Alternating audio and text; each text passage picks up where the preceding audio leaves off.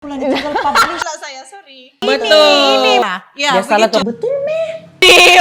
Jujur saja bajunya rupanya udah kena. Apa nih? Yes, dia sebelum Lang, ambil kau. 24. Kan rupanya Surabaya. Reda. Managing system.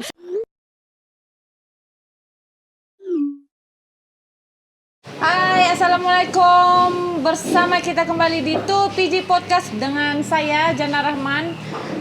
Akan menjadi host Anda pada hari ini. Dan kita berada di Ikan Bakar Kundasan. Episode yang terakhir untuk bersama Project Onsoy dengan Wisely. Sebelum ini kita ada audiens di episode yang ketiga. Hari ini pun kita ada audiens bersama kita punya pengunjung-pengunjung Ikan Bakar Kundasang. Aku rasa macam mau hipster ini hari. Kan kau bilang pikabun hipster. Jadi hipster lah.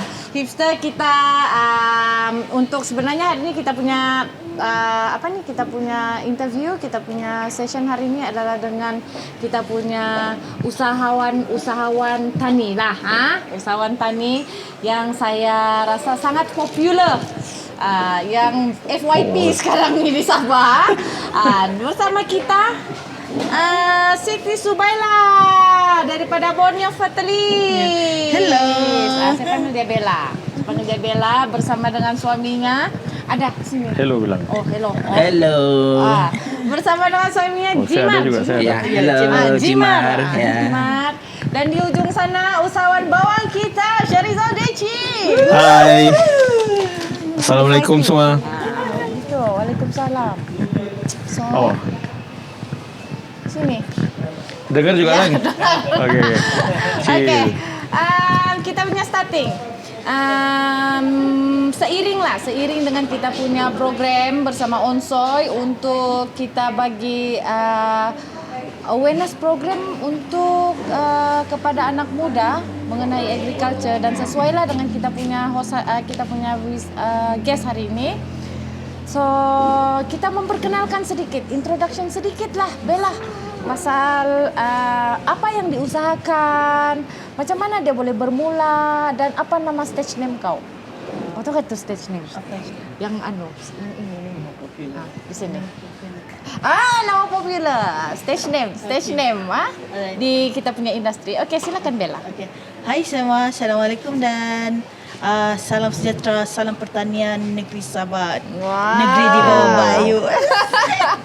Okay, so saya perkenalkan diri, saya Siti Subaila tapi memang dikenali sebagai Bella dari Borneo Fertilise. So, Borneo Fertilise ni adalah satu company perusahaan sosial yang kita tubuhkan pada tahun 2022 bersama dengan belia-belia di Kota Marudu yang memfokus kepada pengurusan sisa pertanian lah. Okey. Jimar sikit. Bukan saja kami membuat produk yang berkaitan dengan sisa pertanian. Kami juga menjalankan program-program pendidikan berkaitan dengan pertanian lestari lah. So setakat ni kami banyak juga bekerjasama bukan saja dengan orang yang tempatan punya agensi, tetapi juga dari kebangsaan dan antarabangsa punya agensi lah. Okey, sedikit introduction daripada Borneo Fertilise dan kita teruskan sebelum kita masuk lebih dalam. Kita teruskan yang paling hujung. Introduction sikit, Chal. Hai. Nama saya Syarizal Deci daripada Bantu Growers sekarang. Juga di NS Plantation. Kita start berkebun di Kundasang ni start daripada 2011. Lepas tu kita buat macam-macam, kita supply ke hypermarket, ke KFC dan segala sebagainya. Tapi recently last year kita antara yang pertama di Borneo untuk tanam shallot bawang merah.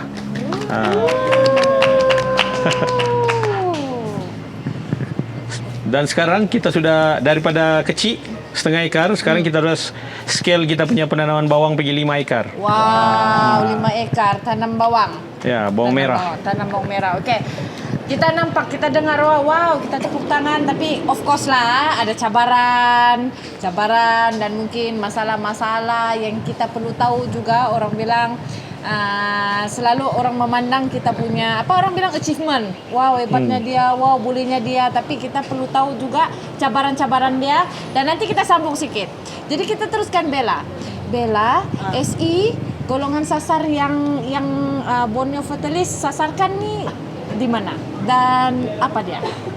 So kumpulan sasar dalam perusahaan sosial Borneo Fertilist ni kita memfokuskan terutamanya kepada penduduk asal di daerah Kota Marudu dan juga di daerah sekitar dan juga tidak lupa juga komuniti kita yang berada di Pulau Banggi lah. Dan pada masa yang sama juga kita memfokus sebab pada mula kami tertubuhnya perusahaan sosial ni adalah sebenarnya kami pun juga penerima manfaat. Belia. Kami juga lah belia yang maksudnya yang tidak orang cakap tidak mendapat peluang. So melalui program-program yang diadakan pada tahun 2022 kita ambil opportunity untuk menjadi sebahagian daripada partisipan dan membina company dan sehingga pada hari inilah begitu. So pada mulanya kita fokus pada belia sebenarnya belia di luar bandar. Faham. Okey. Jadi kalau di Sabah ni biasalah orang bilang mau jadi community builder B40 yang membantu B40. Jadi kita merasa itu orang bilang itu cycle tu kita sudah ada tapi maksudnya bersyukur ataupun itu adalah mungkin satu kelebihan untuk kita di mana B40 pun boleh juga membangunkan B40 sebenarnya. Betul. Jadi ini adalah bukti juga. Okey, Borneo Fertilist buat apa? Jimar boleh sikit? Jimar. Okey, secara basicnya kami utilize agriculture waste. Kami jadikan dia sebuah produk lah. So bila kita cerita agriculture waste ni, kita boleh cakap pasal sisa sayuran, sisa-sisa ternakan dan kita jadikan dia sebuah produk lah. Anda kira bajak kah, media tanaman kah, dia berkaitan dengan dia asal produk yang berkaitan dengan input pertanian. So apabila kita buat produk ni, kita juga bekerjasama dengan kita punya komuniti lah, komuniti luar bandar. Macam contoh kita di Pulau Banggi kita ada bawa dari Kampung Damaran punya komuniti lah. So ini dari kumpulan-kumpulan macam bangsa Molbok ni kira bangsa yang indigenous lah bagi Pulau Banggi di sana kan. So mereka ni petani kelapa. So kita nampak ada potensi. Biasanya dia akan bakar sabut ini kelapa dia buat santan. Dia akan bakar begitu saja apa? Satu hari satu ton. Ya, so kita Satu hari satu Ya, tan. satu hari satu tan. Bakar kulit kelapa. Iya. Tempurung kelapa tuh. Iya. Dengan kulitnya. Ya. Okey. So kita nampak potensi, kita jadikan dia sebagai media tanaman lah. So begitu juga di Kota Marudu, kita ada projek sisa kulit pisang di mana kami ambil sisa ni daripada penjajah-penjajah makanan, kita jadikan dia bajak. Dan terbaru sekali kami ada projek bersama belia lah. Belia yang kita bilang tidak mendapat peluang pekerjaan. So dia ada sumber sisa ikan. So kita cuba juga projek sisa bajak ikan lah. Sekarang belia punya program. So di Kota Marudu kita fokus kepada sebab kita ada ini sumber kepada sisa ikan, so untuk kita jadikan sebagai fish amino acid fertilizer lah. Itu okey. Kenapa bajak? Kenapa baja? Dia tidak semestinya baja. Cuma sekarang ni dia punya cerita macam ni. Kita ada sumber yang tidak orang pakai, terbuang. Ya. Okey. So untuk jadikan dia sebuah produk, inilah benda yang paling murah. Paling murah kos dia untuk bermula lah. So ialah kita cuba utilize. Sebab kebanyakan orang di kampung, contohnya di Kota Marudu, saya sendiri macam Puan Bella sendiri kan. Kami ni asal daripada keluarga petani kan. Kadang-kadang kita nampak ada potensi di sana di mana keluarga kita selama ni buat tapi diorang tidak sedar. Betul. So macam contohnya sisa tanaman kan. So sekarang ni kita fokus untuk untap the potential yang ada untuk kita jana pendapatan. Okey, dan saya percaya potensi itu sebenarnya bermula daripada masalah yang timbul daripada itu kawasan. Dari sabut kelapa lah. Jadi sisa tu sampai 1 tan. Lepas tu kita mau buat apa dengan ini nih? Mana boleh bakar kan? Mana boleh bakar? Bakar ni mencemarkan. So kamu tukar dia jadi kokopit lah. Ya, kami jadi kokopit lah. So nampak begitulah. So hasil daripada kami utilize ini sisa kan. Kita sebenarnya sudah jana lebih daripada 25 komuniti bagi pendapatan tambahan lah setiap bulan lah. So dari sisa boleh bantu mendapat pendapatan tambahan dari 400 hingga ke 1000 setiap orang. So kira macam iyalah sangat bagus lah. Ya. Dan dia sebenarnya hanya memerlukan model, permulanya hanya memerlukan model yang sedikit. Tapi pelan-pelan membesar dan kita iyalah kita develop lah marketing semua, of course.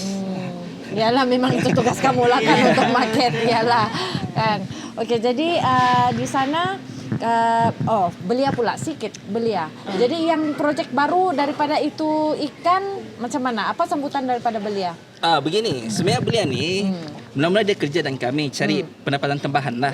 Okay, so kita anggap dia sebagai trainee lah. And then dia pergi KK. Lepas tempat kami macam tidak dia rasa tidak puas hati lah, gaji tidak sampai 3K ke apa kan. Okay, pergi KK dengan harapan dapat gaji yang lebih. Okay, tapi masih tidak dapat di KK, mungkin tidak puas hati lagi dan balik pergi kampung balik. So sekarang dia under kami. So kami bilang apa kata kita cuba bersama-sama. Okay, kita akan ajar dia teknik, kita jadi semua ni, and under kami punya jenama bajak, kami akan buat ini usaha bajak daripada sisa ikan lah. Dan dia pun ada sumber, dia ada pakcik-makcik yang nelayan. Dia boleh dapat sumber ikan dengan murah. So kita cubalah menggunakan kemahiran kami sama kemahiran pembuatan dan kemahiran pasaran kami lah. Okey. Saya ada pengalaman juga dalam bidang perikanan. Jadi maksudnya, contoh macam bilis. Kalau itu nelayan, dia pergi tangkap bilis, lepas tu dia ada sisa buangan ikan, orang bilang ikan reject.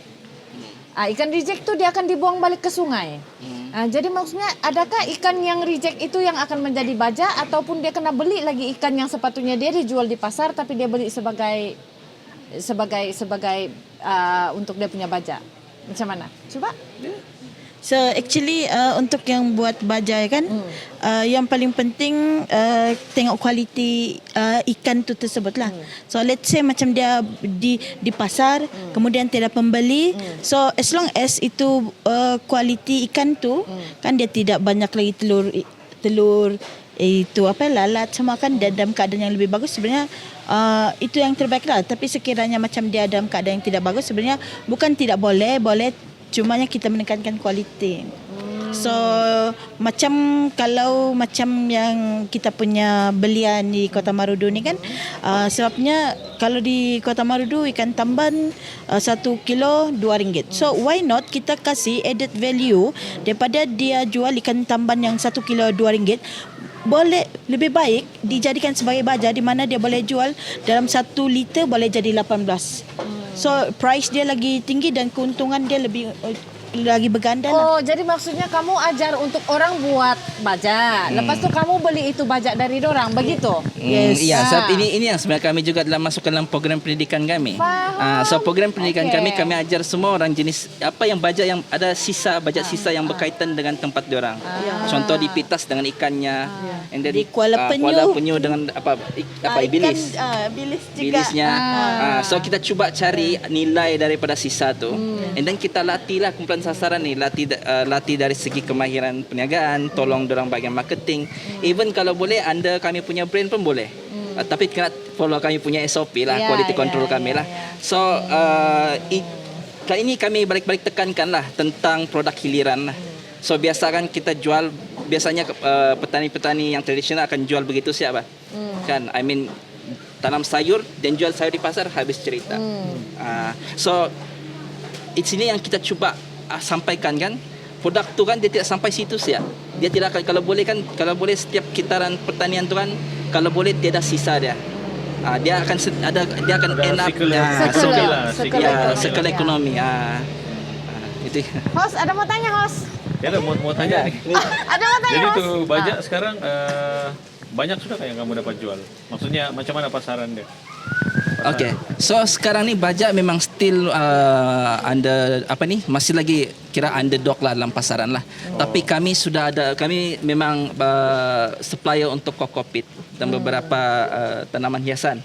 So kami ada networking yang sedia lah.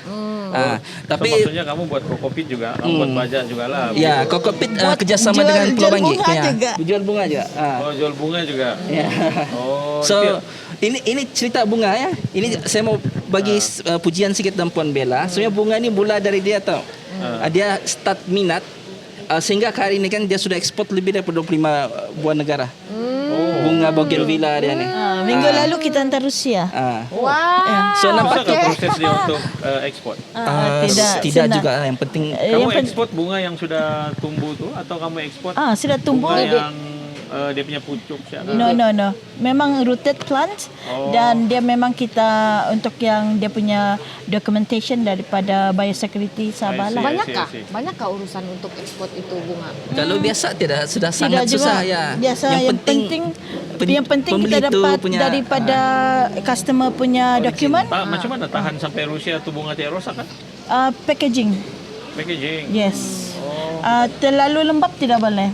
Oh, jadi kamu wrapping apa semua, Yes. kamu dah masuk dalam kotak. Ya. Terus ada cara packaging dia lah untuk sampai Rusia. Yes. Okey. So macam mana dia punya sambutan di luar negara?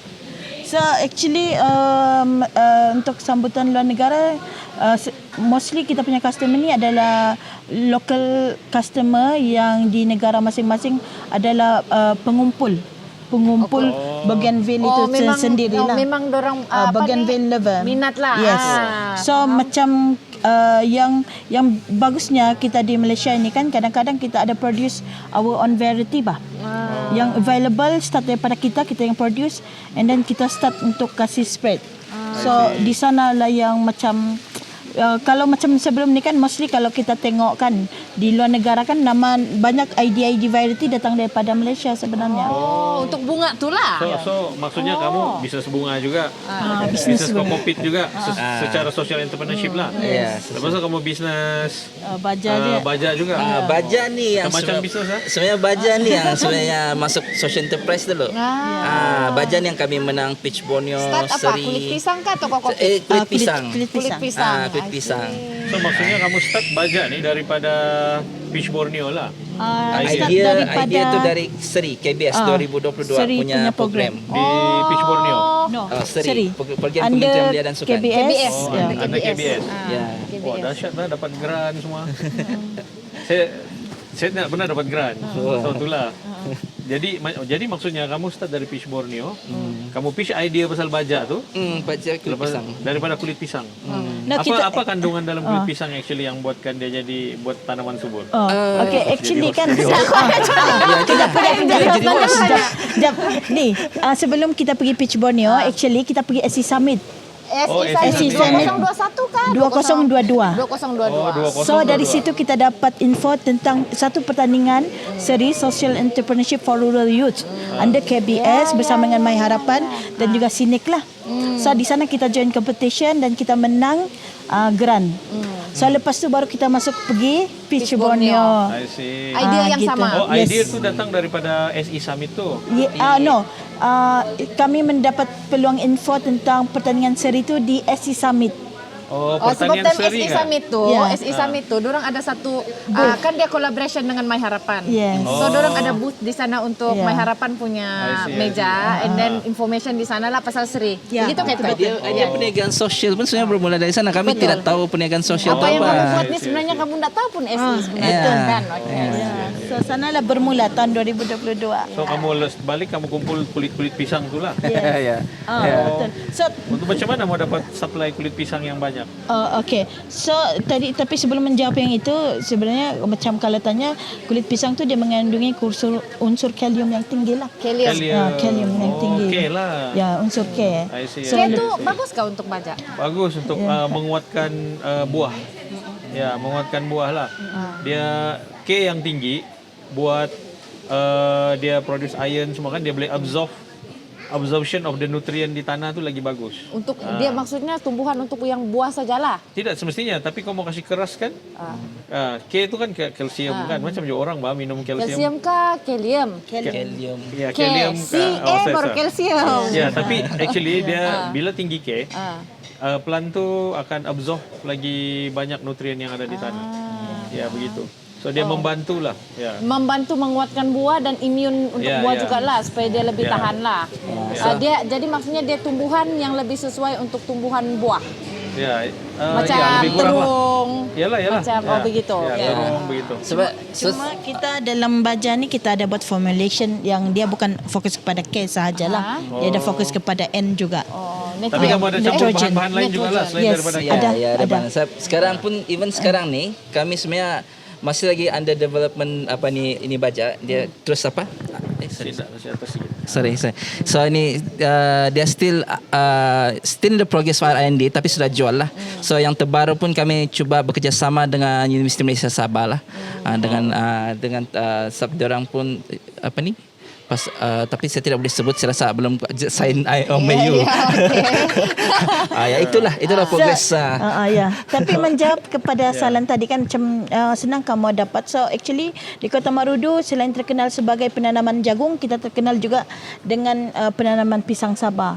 So macam kalau kita di Kota Marudu, it's not be a issue untuk collect the raw materials.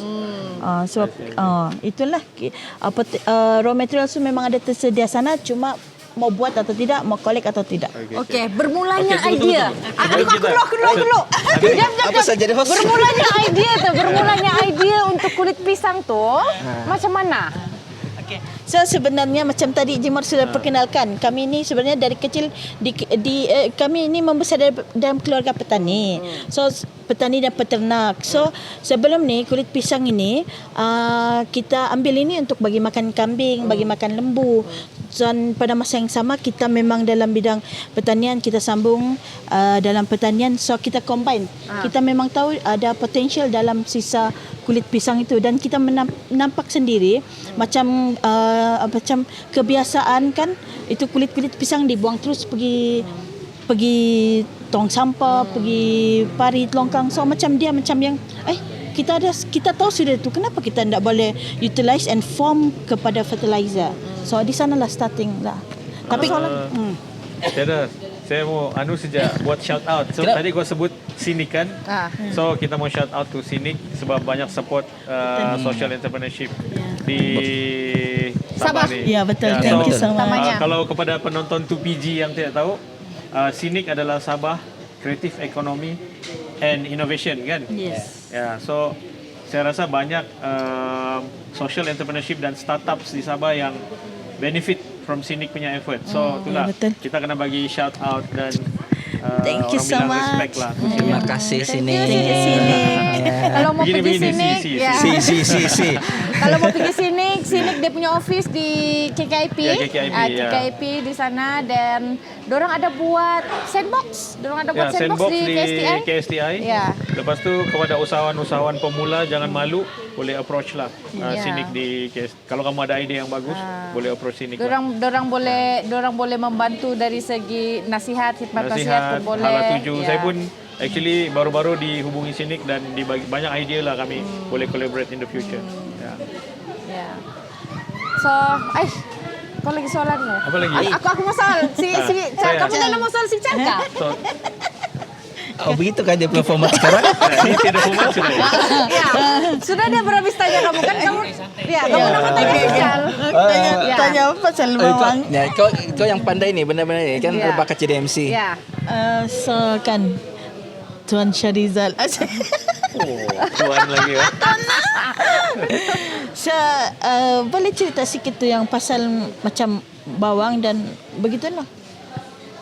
Macam in the future punya boleh kaitkan dengan penanaman bawang ini untuk boleh memberi manfaat terutamanya kepada kita yang di Sabah. Saya macam aku pula yang jadi. Kalau sebenarnya kita punya negara ni, kita import bawang setiap tahun 1.5 bilion ringgit Malaysia. Ya, so itu adalah jumlah banyak untuk import. Malaysia ni actually bukan setakat Malaysia, Brunei, Sarawak, Borneo Island, kita banyak sangat kebergantungan sama import. So kalau kita pergi makan, maka apa yang kasih sedap makanan kita? Bawang lah. Kalau tiada bawang mana sedap sup kan? Kalau kita masak buat sambal tiada bawang pun semua tidak sedap. Jadi oleh sebab itu betapa pentingnya dia dalam kita punya cuisine lah, kita punya orang bilang resepi. Bahan masakan. Ya, masakan kita. Terus tapi kita import. So lepas tu situ kita sedar yang apa barang import kan. So kita buat TikTok video tu kalau kamu ingat kan. So kita buat TikTok video bilang satu poin kenapa tiada orang venture to this agriculture. Lepas tu di situ kita dihubungi oleh Mardi. So percayalah TikTok memang power. Lepas tu Mardi approach kita, dia cakap pandai cakap sangat, bagilah benih kan. So bila Mardi bagi benih, kita pun tanamlah benih itu. Memang satu kali susah, dua kali susah, tapi kali ketiga dia sudah jadi. So bila dia jadi tu, saya buat lagi satu video. Cakap tengok jadi pun, begitu kan. So bila jadi, barulah menteri apa semua. Walaupun kita punya kebun kalau masuk dalam, menteri turun, menteri turun untuk tengok betul kah tidak kan. Semua pegawai-pegawai atasan kerajaan datang turun, walaupun jalan macam tu.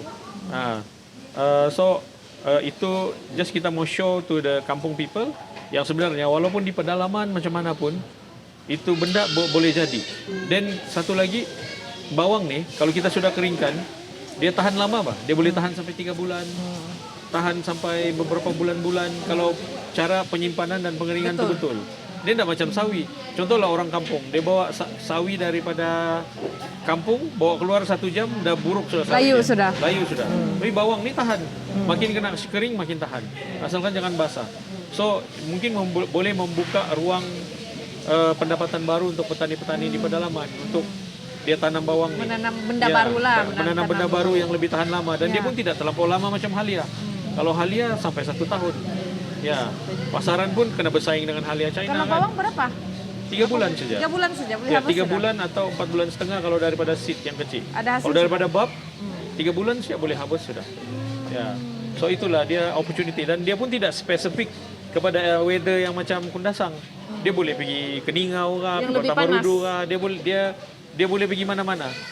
Jadi kalau oleh sebab dia boleh pergi mana-mana, bolehlah kita cuba di kawasan-kawasan lain. Jadi persoalannya selalu orang tanya, kalau saya cerita lah, saya ada kawan saya tanam bawang, bawang boleh hidup kah pula di Sabah ni? Ya. Bawang ni boleh hidup pula di Malaysia. Rupanya Pastilah boleh. bawang ni tiada pantang lah, maksudnya dia tidak sangat berpantang macam strawberry, Ya, macam tidak. anggur. Bawang tidak begitu susah ditanam. Cumanya bawang ni dulu competition dengan harga dengan India punya tu yang membuatkan petani tidak membuat. Tapi bila sekarang berlakunya orang bilang geopolitik berubah, COVID dan segala bagai, India punya harga barang jadi makin mahal.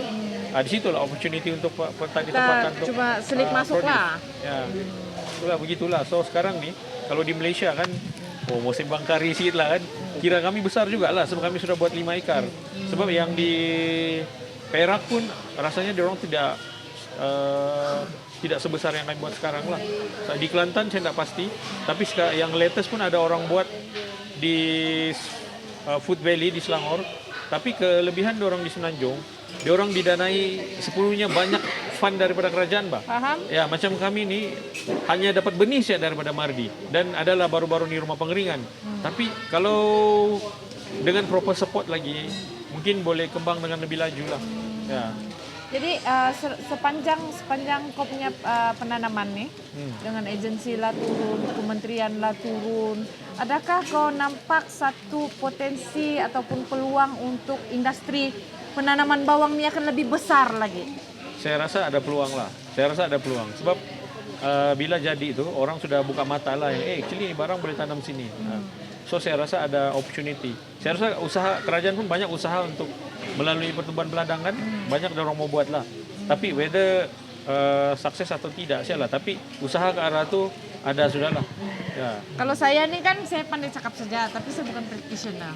Jadi sama macam beras. Beras nih kita bilang, kita nih ada tanam padi juga. Kenapa kita tidak boleh makan padi kita sendiri ya? Kenapa kita tidak boleh supply padi kita sendiri untuk Sabahan dulu lah. Sebab mungkin kita supply kita juga yang tanam. Begitu juga dengan bawang. Oke, kalau bawang ini ditanam di Malaysia, tidak bolehkah kita supply sendiri, makan sendiri? Ya, itulah. Kalau kita mau 100% SSL, memang bukan senang lah dia. Sebab bawang ni sekarang bila kami tanam, not even 1% bah kami sampai sekarang. Apa yang kami hasil. So sama juga padi. Padi pun setiap tahun kita actually import padi 55 billion setiap tahun. Bawang Kita berapa? 120? 1.5. Padi lagi banyak, sebab orang lagi banyak makan beras kan. Betul. Tapi kenapa jadi begini? Sebab ini pandangan saya lah. Kita ada banyak polisi yang tidak betul lah. So kita kena betulkan polisi dari peringkat atas dulu, baru dia ke bawah. Sebab dia contoh macam padi ni kan. Kalau kita bercakap pasal padi, kita ada contoh-contoh penanaman padi yang bagus. Macam di Selangor, di Sekincan, di Kedah semua kan. Tapi bila when it comes to Sabah kan, macam contoh, cost operation tu tak boleh cover bah. Macam contoh, kau jual kau punya beras, harga RM1. Tapi kau mau kira kau punya racun lagi, kira kau punya baja, kira kau punya mesin untuk ambil padi tu. Lain lagi logistik. Lain lagi logistik. So bila RM1 saja atau let's say lah 1-2 mungkin ataupun 1,5 saya akan ambil, tidak dapat cover. Ya, just for information untuk orang bilang pendengar tu PG lah, kan saya baru balik dari Brunei. Untuk penanaman padi di Brunei, because sekarang Brunei start to diversify dia punya ekonomi dan Brunei start to empower orang punya farmers. Ini baru betul-betul empower tau, bukan yang macam empower Ala-ala, alang-alang. sok-sok, Dia ala-ala. memang empower. 1 hektar, kalau kau mau pergi tanam padi, 1 hektar dia punya sewa 1 tahun baru 12 Brunei dollar. Bermakna $1 Brunei saja sewa 1 bulan. Dia punya untuk tanam padi. 3 kali 12 lah kita. Lepas tu bukan itu saja, subsidize lagi pesticide, subsidize lagi fungicide, subsidize lagi dolomite, subsidize lagi baja. Sebab apa dia bilang kan? Sebab dia mau kasih empower food security. Lepas tu bila hasil harvest jual lagi kepada kerajaan RM1.60 Brunei dollar. 1.6 Brunei dollar. Buyback lah. Buyback, dorang buyback, government buyback. So dia bilang dalam 1 hektar, abang tu kasih tahu saya lah, let's say lah dorang dapat dalam 7 tan kan. So dalam 1 hektar dorang boleh dapat dalam 10,000 lebih Brunei dollar. Dan dorang tanam setahun 3 kali di Brunei sekarang. Nah, kenapa Brunei boleh buat, kita tidak boleh buat? Nah, kita pun, dorang pun ada oil and gas, kita pun ada oil and gas bah. Tapi dorang betul-betul serius bila COVID, dorang susah mendapat beras semua dari luar. So sekarang dorang sedar. So that's why dorang kau bagi support dorang punya farmers. Kalau tanam cili baru saya dapat info, ada tu di WhatsApp. Kalau tanam cili, dia kerajaan akan bagi tanah, sewa dia untuk 1 tahun 20 Brunei dollar. 20 Brunei dollar. 1 tahun lah. Kau fikirlah, bermakna kalau duit sini 20 kali 3 RM60. 1 tahun bermakna kalau duit kita bahagi 12 dalam berapa? RM5 1 bulan. Jadi farmer ni dia invest dia punya tenaga dan masa saja. Semua dia punya padi pun semua. ada CCTV bah. Padi pun ada CCTV bah. Saya pun bilang Brunei bah, saya bilang. Kenapa kita tidak boleh? Dorang boleh. Kan? So maksudnya if the government serious, betul-betul mau tackle food security, dorang kena pump in duit lah. Macam yang Kementerian Ekonomi buat sekarang, IPR, itu memang saya puji. Apa yang Rafizi dengan tim dia buat, YB Rafizi buat, saya rasa itu memang benda yang baik. Macam IPR Chili dia buat di Putrajaya dan beberapa tempat. Ada yang jadi, ada yang tidak, itu biasalah kan. Tapi the idea is there. Maksudnya dia buat IPR nanas di Kota Merudu, di Kampung Gana, banyak lagi tempat-tempat. Mungkin dia akan buat IPR bawang juga, tapi tak tahu bila lah. Adalah, janganlah gitu. Maksudnya kan, dia orang ni memang saya rasa yang walk the talk sekarang Rafizi lah kalau kau cakap pasal food security. Sebab apa yang saya faham dalam Kementerian Ekonomi ni, dia ada 5 pilar bah. Salah satu pilar dia adalah food security. So dia orang memang serius lah. Dia even lebih serius daripada Kementerian Pertanian itself bah. So macam bagi saya memang shout out lah tu tim Rafizi. Memang dorang buat betul-betul lah tu when it comes to IPR. Ya, shout out to tim Rafizi lah. Sebab dorang memang real lah dalam buat tu, dalam apa tu food security. Nanas di Kota Merudu tu kalau harvest, saya rasa berpuluh-puluh tan tu. Dorang sudah ada market lagi pergi Dubai. MD tu. So itu baru betul-betul serius. Kalau betul-betul mau empower food security, buatlah yang macam Rafizi buat. Ya, itu yang betul-betul serius lah bagi saya. So mungkin kita tak boleh lah tiru sebiji macam Brunei. Brunei kaya. Ya, dan kecil. Tapi at least kita ada idea macam yang geng-geng IPR buat, geng-geng Rafizi buat. Tak payahlah. Kalau tak mampu pun mau bagi $20 setahun, at least kalau 1,000 setahun kah, 1,500 setahun kah, masih boleh petani untuk cover. Masih boleh kan? Petani cover, ya. Itulah, kadang-kadang saya pun terkejut juga yang waktu saya di Brunei itu, dorong until that level dorong mau kasih empower dorong punya food security. Ya, so itulah. Saya rasa Malaysia kena learn something from our neighbours lah. Ya. Lebih bersifat terbuka. Ya, terbuka. So macam even bawang ni pun kalau kau mau tanam benih, macam dia tumbuh kan. Bawang tu boleh tanam balik, dia jadi lagi. Tanam balik, dia jadi lagi. Ya, so until sampai level quality dia drop, baru kau kena buat benih yang baru. Begitu. So dia actually kan boleh buat. Antara kau mau buat atau tidak buat saja.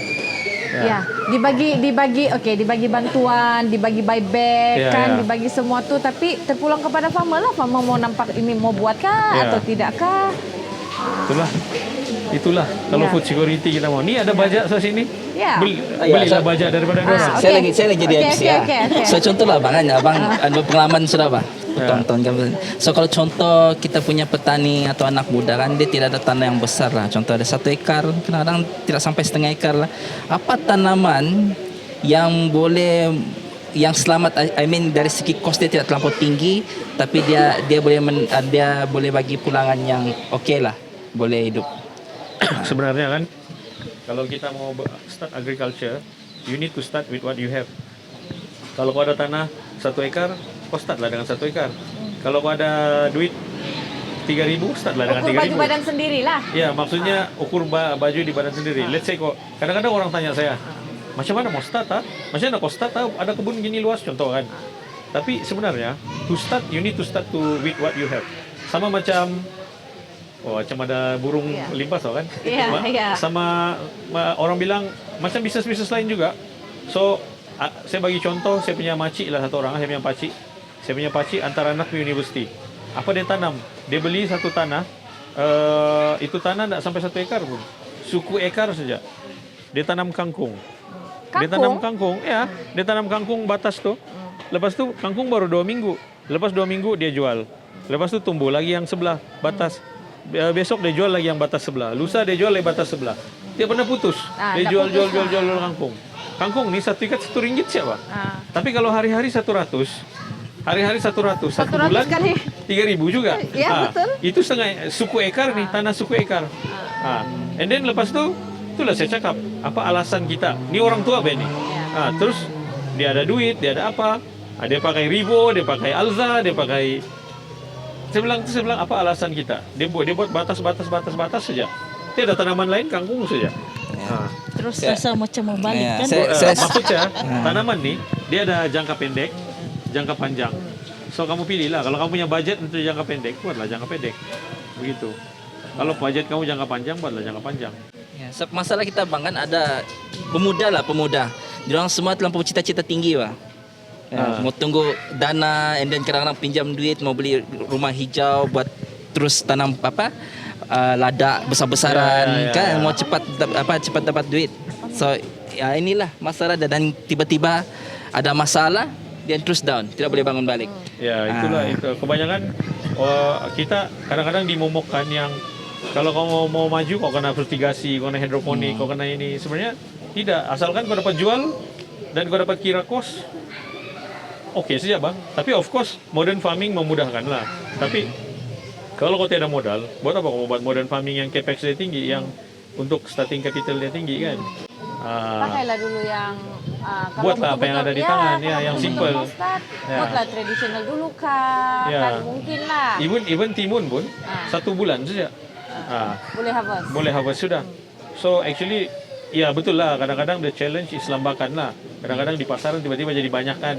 Ya tapi itu biasa lah betul. Orang bilang turun naik. Mungkin hari ini tidak laku, season akan datang jadi laku lagi kan. Begitu. Jadi time laku tu simpanlah duit untuk time yang tidak laku kan. Janganlah boros.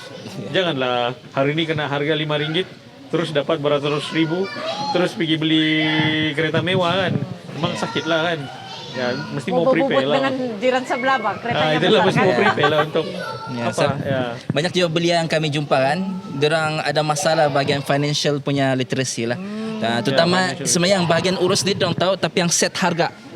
Diorang kadang-kadang jual terlampau ikut pasaran kan, ataupun terlampau mahal. Jadi dia tidak tahu dia punya dia punya modal dan tenaga dia semua tu kan. Pengiraan kos di sana. Ada yang jual berhabis, dia laku, tapi dia punya pulangan untuk dia Defisit. ya defisit. Balik modal saya, tapi tidak itulah. Faham. Tapi kalau macam saya kan, macam tadi abang ada sebut tentang sisa, bilang abang akhirnya kadang-kadang ada timbul satu musim berlakunya lambakan kan. Ini saya suka. Habis bila berlaku lambakan kan, kita boleh, di sinilah peranan. Kalau contohnya macam sayuran dia terlebih, kita boleh jadikan dia sebagai FPJ. Ya. Kalau buah-buahan pula yang terlebih, kita boleh jadi dia FFJ. Apa ini bahasa-bahasa ini? Baja betul. Dia baja lah, baja. Baja daripada tumbuhan sayuran dia boleh jadikan baja cecair hijau lah. Begitu juga rasa produk hiliran lah kan. Kalau produk macam hiliran. Downstreaming lah. Yes. Downstreaming. So actually inilah yang sepatutnya belia-belia kita di Sabah kan, kita ada satu pemikiran kalau kita tu stuck sini, apa solution yang boleh kita buat. Ya. Begitulah dalam pertanian, kita perlu menjadi lebih kreatif Ya, jadi kreatif. dan ada passion terhadap pertanian itu. Ya, Betul bang? ambil contoh di Thailand kan, dia orang jual cili. Bila cili itu mau rosak sudah, sebelum rosak, dia orang pergi jemur cili itu. Jadi cili kering. So bila dia sudah kasih cili kering, langsung dia jual cili kering. Kalau cili kering pun tidak laku, dia orang blender cili kering tu Jadi serbuk. cili serbuk. So maksudnya kan kena jadi kreatif lah. Sebagai petani kena jadi kreatif. Sama juga bawang. Kalau besok bawang ada lambakan, kami buat bawang goreng. Saya jual di TikTok. Untuk Dalam ada produk baru sudah. begitulah dia punya cerita. Jal, begini. Kita tengok perancangan Malaysia. RMK keberapa sudah sekarang? Entah, saya pun tidak follow. Okey, dan budget lah perancangan Malaysia. So, yang apa yang kau nampak kebaikan dari sudut kamu lah, maksudnya lebih kepada industri kamu perancangan yang sekarang untuk kerajaan punya perancangan sekarang. Honestly, saya rasa kalau saya tidak berapa follow, tapi sebenarnya ada banyak inisiatif-inisiatif kerajaan untuk food security. Ya, yang saya ada beberapa kawan yang inform lah. Actually itu banyak. Ya, cuma saya in detail saya belum tengok betul-betul. Tapi banyak yang cakap ada banyak inisiatif. Macam contoh Mardi punya Agropreneur Muda. Ya. Agropreneur Muda untuk mana-mana usahawan boleh usahakan. Tapi sebenarnya dia beginilah saya punya pendapat kan. Kamu kena cuba dulu, tes dulu, baru kamu apply grant. Kamu jangan you want to go and start a business expecting orang bagi kamu grant atau orang bagi kamu loan. Loan or grant is a responsibility. Betul. Remember. Kamu kena start dulu running, tengok dia punya payment cantik, apa segala bagai cantik, baru kamu apply grant. Sebab grant ni kalau banyak yang saya nampak kawan-kawan yang dapat grant berjuta-juta pun, last bisnes kebun pun tidak seberapa. Sama juga macam agropreneur muda. Kan dia bagi bantuan grant peralatan. So, dia punya bisnes baru mau start, belum pun orang bilang baru mau start lah, dia rasa alat itu perlu. Tapi dalam masa yang sama bila sampai sudah itu barang, modal bahan mentah pun tiada, last itu barang sampai sana sampai rusak. Sampai rusak. Ya, Banyak sampai kes yang rusak. begitu. Ada lagi kes yang paling teruk. So, kebanyakan grant di Malaysia ni, dia pay and claim bang. Maksudnya, kau bayar dulu, nanti kau boleh claim. Klaim belakang. Ya, klaim belakang. Dan ada satu pengusaha, saya tidak kenal dia, tapi ini pun saya dengar daripada kawan, macam sama juga, dia orang buat baja tau. Dia buat baja organik. So, dia pun banyaklah ambil barang sana sini kan. So, expecting dan dia dapat grant berjuta. Dulu-dulu ada grant yang orang panggil RBC bah, Rural Business Challenge. Lepas tu bila dia orang dapat ni grant berjuta, dia orang pun ambil lah barang sana, ambil lah barang sini. Mau kejar tu milestone kan. Sekali tengok-tengok bila sudah buat ambil barang sana sini, grant susah mau keluar. Sebab kau punya documentation tidak lengkap, invoice tiada, ini apa segala bagai. Jadi dia berhutang sana sini sama orang. Jadi bila dia berhutang sana sini sama orang, last kena bankruptcy lah. Gara-gara dia dapat grant, akhirnya end up jadi bankruptcy. So that's why kan, be careful bila kamu cakap pasal grant. And loan pun sama. Bila kamu ambil loan, responsibility tau, mau bayar bulan-bulan tu, Interest bulan lagi? sama ya. So that's why interest lagi. That's why kita kena make sure kita start dulu. Kita nampak ini benda boleh scale, baru kita boleh ambil grant. Yeah. Gitu. Dream big, start small. Think big, start small. Kau sudah nampak yang kecil ni boleh buat untung. Lepas tu kau ambil grant just to scale the business. Bukan kamu ambil grant, not even start the business. Itu yang kebanyakan saya nampak. Even company startup pun banyak fail di bahagian tu lah. Sebab bila kau ada idea yang bagus, kau ada idea yang cantik lah orang bilang. Tapi kau nak fikir yang bisnes ada perlu cash flow. So bila kau sudah ambil grant tapi cash flow tiada, susah mau kejar milestone, lama-lama terstuck. So that's why lah di situlah banyak ni startup ataupun bisnes-bisnes mula ni kan. Pancit. Idea bagus tapi Pancit. Pancit di situlah. Dia Ya. tidak dapat teruskan. Ya. Gara-gara banyak sebab-sebab tuh. Ya, saya nampak macam dia orang pun kadang-kadang fokus pada satu income flow, income punya source bah. So kalau orang kita ni startup ni dia memang struggle. Betul, struggle. Ya, kita kena berenang. So apa yang kita boleh buat duit, kita cuba buat duit. So kebanyakan startup dia terlampau fokus pada satu subjek, jatuhlah sama-sama dan dia punya satu produk tu, satu-satunya produknya. Kerajaan ni sebenarnya dia serba salah juga. Dia mau bagi startup Ya. walaupun dia tahu dia punya risiko tu adalah jadi tidak jadi, Ya, kan? betul. Tapi dalam masa yang sama saya rasa agensi mana-mana yang mengeluarkan grant ni dia kena kaji balik lah. Kalau yang sudah start sudah lama, dia sudah ada cash flow yang cantik, statement yang cantik, itu yang sepatutnya diberi keutamaan lah. Saya rasa begitu juga iya, lah.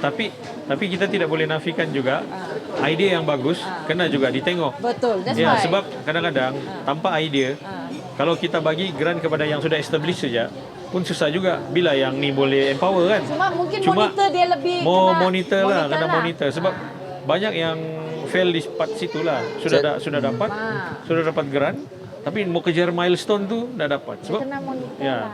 Sebab bukan senang. Even kadang-kadang kau kena ada, itulah kebanyakan kan. Kenapa kita punya industri startups atau idea-idea yang bagus tidak dapat dikembangkan? Banyak tuh idea bagus. Contoh macam orang buat kulit pisang. Ada lagi budak di Tawau saya jumpa dia buat satu device yang kasih kena saya di pokok, tahu sudah di pokok teh sehat. Begitu. Maksudnya kan ada banyak idea yang bagus. Tapi idea tu susah mau berkembang sebab satu tiada duit untuk expand. So kita punya mindset pula bila kita invest pergi startups, kita terus mau untung. Tidak tahu untuk invest kepada startup. Even macam sekarang OpenAI pun ChatGPT, saya rasa dorong monetize belum lagi, dorong monetize sampai sekarang. Tapi investor keep on sebab dia tahu benda tu adalah masa depan. Tapi kita di Malaysia kita expecting pay and claim untuk startup. Mana ada startup kalau dia anak datuk ialah. Contoh kalau anak datuk, anak orang kaya. Startup ni gagal lulus. Kalau macam contoh bapak kaya kan. Kau start a startup, kau apply grant. So while waiting for the grant untuk milestone apa, bapak boleh sponsor untuk cover. Tapi kalau kau bukan datang dari situ, you have idea yang bagus tu akan hilang di situ sialah.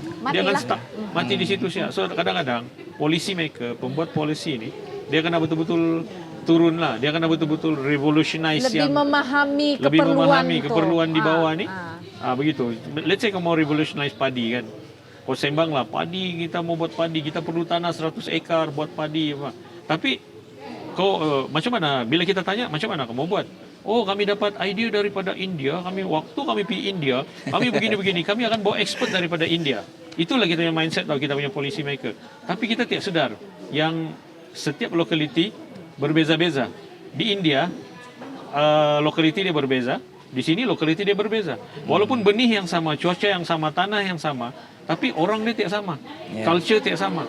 So kadang-kadang bila kau mau copy paste tu, kau kena tengok juga di sini tu macam mana orang dia. Kau kena kesesuaian juga dengan locality setempat.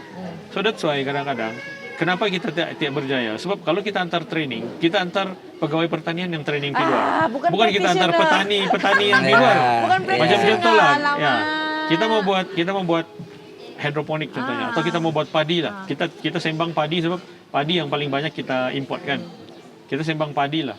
Kita mau empower kita punya padi, tapi bukan petani padi yang kita bawa pergi belajar di Jepun atau belajar di India. Pegawai-pegawai kerajaan yang pergi. Dia balik, bukan dia yang mau menanam. Macam mana tu petani mau percaya sebab dia tak nampak benda tu. Kau cakap dia, ini benih kau pakai, ini kau ini bajak kau pakai. Mana dia mau dengar cakap orang kerajaan? Ya, dia bilang, okey, saya antar pergi pegawai kerajaan supaya dia orang boleh buat training antar sini. Jawapan masalah kau? dia, ya lebih baik kau bawalah petani tu. Pergi sana, lepas tu petani tu tengok sendiri, dia rekod data, dia sendiri tengok praktis, baru dia balik dia boleh praktis. Sebab yang praktis on ground is the petani. Bukan pegawai. Pegawai itu boleh mengiring lah pergi sana. Tapi kalau pegawai yang pergi sana, dia tahu, dia boleh cakap, dia balik, hari kami pergi India, dorong tanam macam ni, tapi petani mau dengar selagi dia tak nampak sendiri, seeing is believing bang. Dorong nampak sendiri baru dorong mau percaya. Begitu.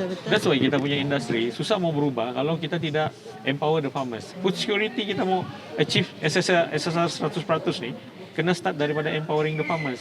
Ya, betul. empowering dari segi facility, empowering dari segi knowledge, facility kau tengok jalan di kebun kami, Pak. Kamu pun tahu, oh, macam mana dia punya jalan. So, macam contoh kan, menteri sudah turun and tengok dia jalan kan. Kalau kita tanya, YB bolehkah tolong dijalankan sebab di sini ada potensi kan. Oh, ini kena gadget, ini kena gini. Politician answer, Pak. Kalau betul-betul mau revolusi ini kan industri pertanian, kau nampak tu jalan begini, kau akan lagi yang cari suggest, jalan Pak. kau terus. Ya. Saya call JKR sekarang, ya. saya call menteri begini. Kau terus bagi solution. Ya, terus bagi solution. Bukan pasal media siapa, tapi kita mau solve the country issue. Terus kau bagi solution, oke, saya call menteri pembangunan sekarang, atau saya call JKR. Barulah terus JKR pun gerak, dia buat tu jalan. Inilah kan, begitu. namanya keperluan dipolitikan sebenarnya. Iyalah, itulah politik. Politik ni kadang-kadang kau kena dengan hati yang baik juga, Pak. Bukan mau power saja. Ya. Power penting untuk kau maintain kuasa, tapi at the same time you need to have a good heart. Kau tidak boleh datang just because the media, kau mau ada media traction, tapi kau kena betul-betul datang bila kau nampak tu problem, what do you need here? I need this ni. Tengok jalan pun begini. Buatlah. Humorous and empathy lah, aku rasa. Ya, empathy lah. So that's the thing lah. So di Sabah ni, kita banyak dependensi kita kepada social entrepreneurship. Why it become like this? Because kita ni orang bilang miskin bah tempat kita ini. Ya betul, ini terus terang. Sebab kalau macam di Bangladesh, India ni negeri-negeri miskin. That's why di sana pun social entrepreneurship yang dia punya solution. Sama juga di sini. Kolektif. Ya, that's why Sabah ni kan kena bangun dengan social entrepreneurship juga. Sebab kita kan, to be honest macam saya kan kadang-kadang saya penat bah mau berharap sama politician. Itulah kadang-kadang itulah saya pun masuk politik hari itu tapi tidak menjadi. Tapi itu ada cerita perubahan lagi. lah, bro. Cerita Ada lagi. percobaan yang baik. Tapi memang saya malas sudah mau bercakap sama politician. Nah, itulah kalau macam kami ni yang boleh dikata kawasan UNESCO pun jalan begini, apatah lagi yang Kota Merudu contohnya. Macam mana petani getah mau bawa getah dia keluar dari Sesunggon Magandai. Saya rasa pun macam begitu anak-anak muda pun kan. Rasa macam tusuk bah. Ya. Bila cerita pasal pembangunan Patah semangat. Iya kan? Inilah antara sebenarnya macam yang hidden story yang macam orang cerita pasal rural area ni kemiskinan, tetapi orang kadang-kadang lupa untuk cerita tentang yang road access, internet lagi ya. Even saya ni kalau di tempat saya kalau saya ada meeting ke apa, pergi pusat internet. Bukan di rumah. Even kasih mau send dokumen PDF saja. Pergi pusat internet. Tiada lain kah di rumah?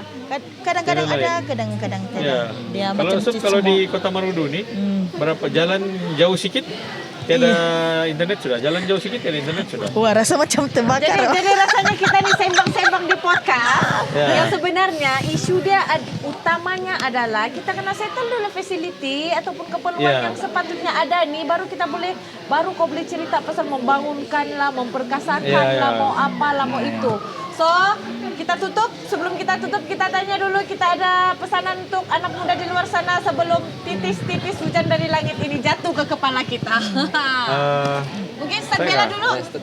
Mungkin Chal dulu. Chal dulu. Habis seruan kepada anak muda untuk mengambil bagian ataupun mengambil tahu pasal agriculture ni. Ya, kalau saya my advice to the young people, kamu kena start with what you have lah.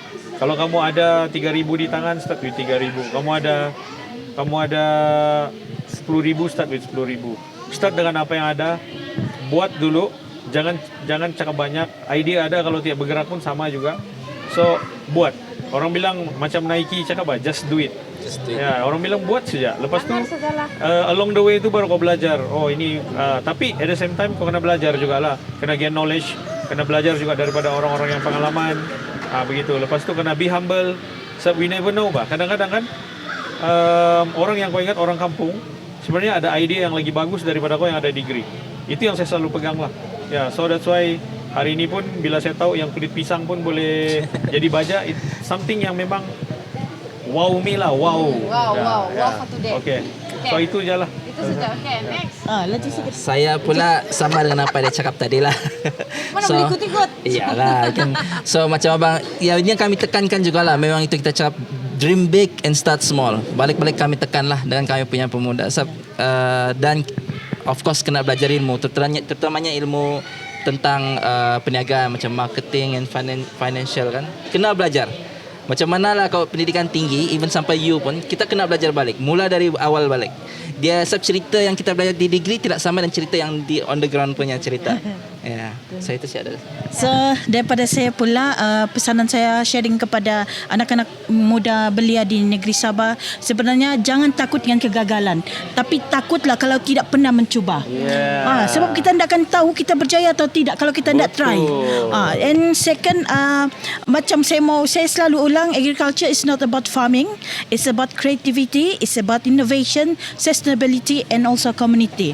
So dan last sekali kan ada bak mau cap tadi aku lupa sudah.